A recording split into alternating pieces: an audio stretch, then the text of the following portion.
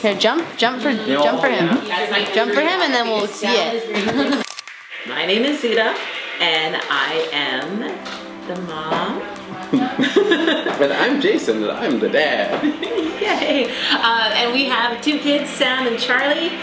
Sammy is going to be 5, and Charlie is just over 2. And they're pretty rad kids. I love them a lot. I'm sure that you'll love them too. They're pretty awesome. I'm kind of okay with that. Thanks for your seal of approval again.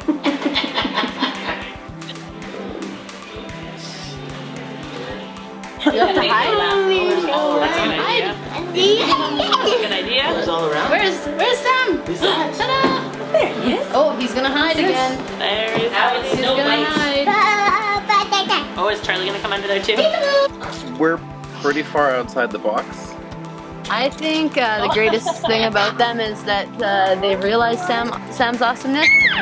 That they're working to create success for Sam by following his lead and just celebrating all the awesome things about him.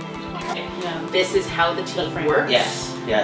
Jason and I operate as a unit. Yes. Right? There is no mama bear in this equation. He is every bit the engaged parent, but in a very different way. And that balance works. Yes. It's a very important balance. That really you don't have to do a ton and just let Sam's awesome shine through. I kind of feel like that's how we work as coaches, is we kind of like, we don't have to do a ton to really just like let Zita and Jason and Charlie and Sam all be kind of their amazing selves. Have you ever been told you have a striking resemblance? Obi-Wan Kenobi? Actually, small children are really kind of like, you look like the guy from Star Wars. Yeah, you think that's funny. Sam was born in 2010, following many years of really wanting a baby.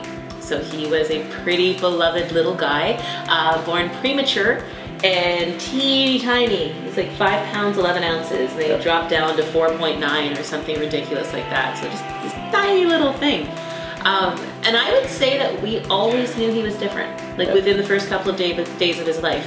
By the age of about 2, we were pretty comfortable in the fact that he was presenting as neurodivergent, as in what would eventually become autistic.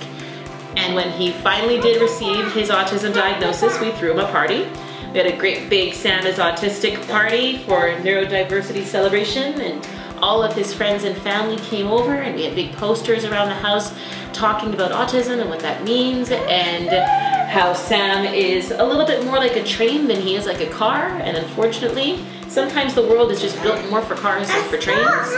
So we have to work at building railway tracks together. But it wasn't what we thought was going to happen. We had to rethink it. We had to consider other options. And all of that meant asking Sam, what works for you? And respecting that he can answer, that he answers all the time, right? Sammy speaks, he just doesn't use words. What drew us to Key was, I can't tell you how many people I know would have stopped that as an unpreferable activity.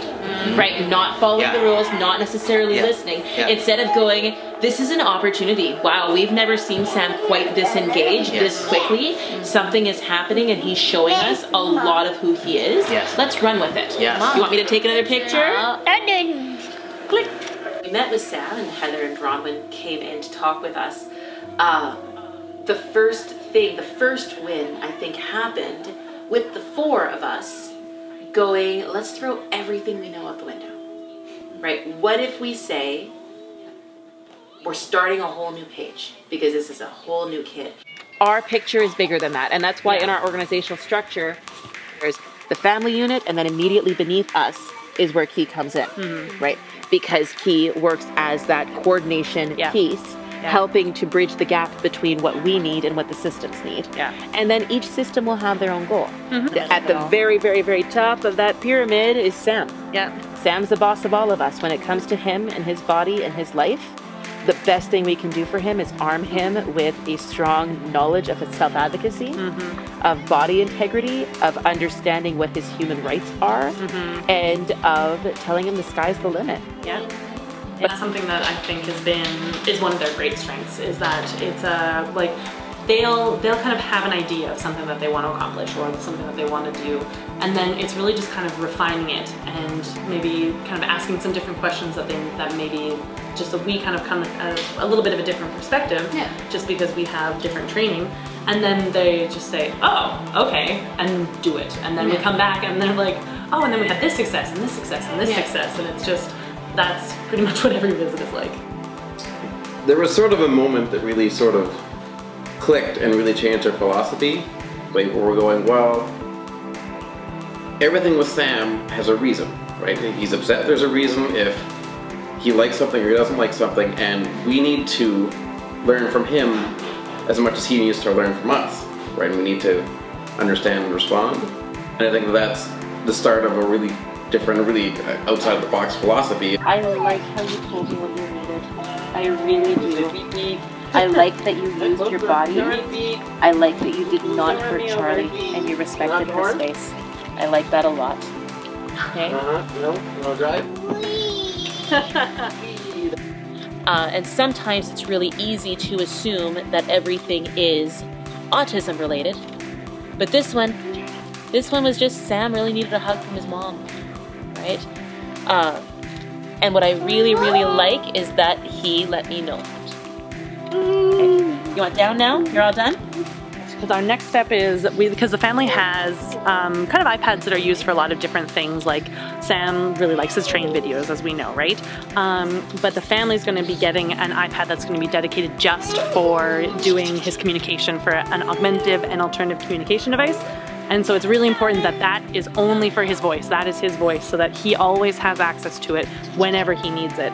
And so that's where we're going to be going forward with. And I think he's going to pick it up really quickly. He's a smart guy. He's a super smart guy.